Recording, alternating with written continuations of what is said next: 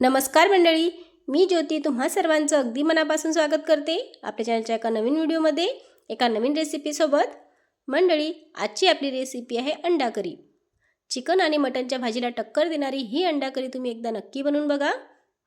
एकदा का तुम्ही ही अंडा करी बनवली तर तुमच्या घरातील मंडळी तुमचं कौतुक केल्याशिवाय राहणार नाही आणि या भाजीची चव अजिबात विसरणार नाही आणि परत तुम्हाला याच पद्धतीने ही अंडा करी बनवायला लावतील, हे मात्र नक्कीच।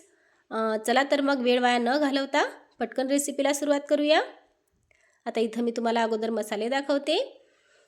इथं मी थोडंसं खोबरं असं पातळ असं कट करून घेतलेलं आहे। त्यानंतर 4-5 लसणाच्या पाकळ्या, थोडंसं अद्रकचं तुकडं, 2 मीडियम साईजचे कांदे बारीक चिरून घेतलेले आहे आणि थोडीशी कोथिंबीर घेतलेली आहे। त्यानंतर इथं मी खडे मसाले घेतलेले आहेत, त्यामध्ये 1 छोटी वाटी धने आणि बाकीचे खडे मसालेसुद्धा मी इथं घेतलेले आहे, अगदी कमी प्रमाणात।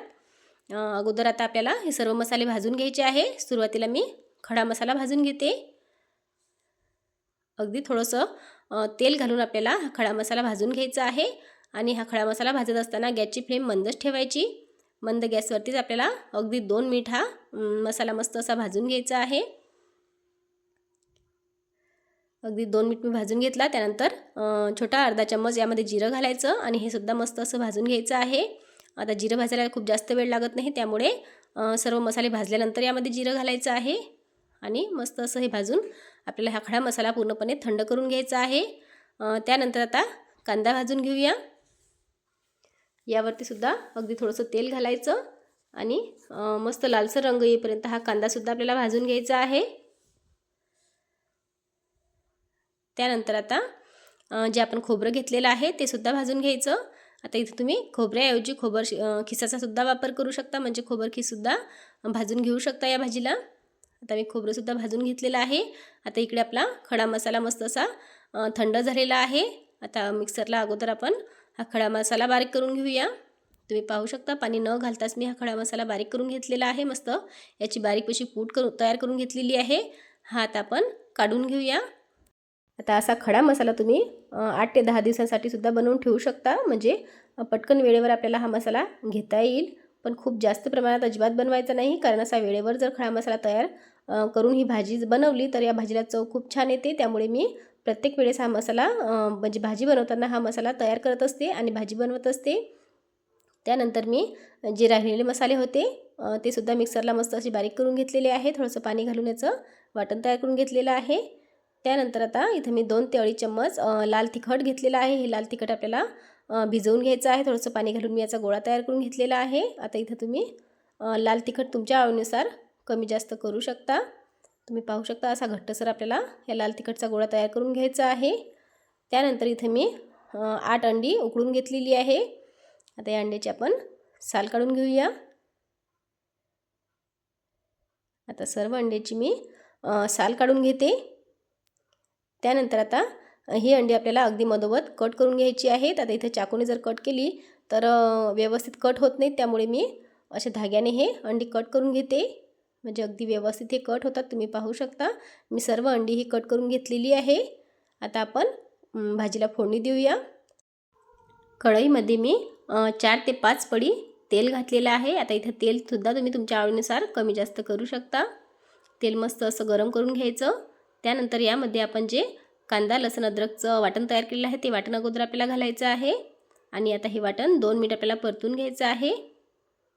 त्यानंतर आपण जे मिरची पावडर भिजवून घेतलेली आहे ती मिरची पावडर यामध्ये घालायची आहे आणि व्यवस्थित अशी मिक्स करून घ्यायची यामध्ये आणि 2 मिनिट आपल्याला हे परतून घ्यायचं आहे।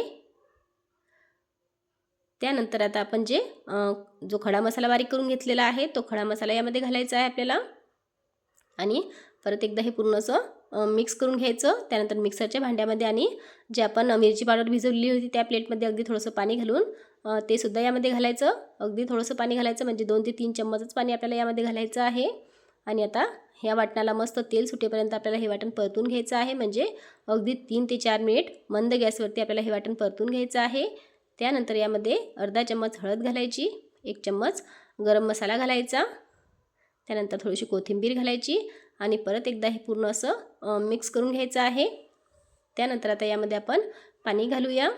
आता तुम्हाला घट्ट पातळ जसा रस्सा हवा आहे तसं तुम्ही इथं रस्सा बनवू शकता।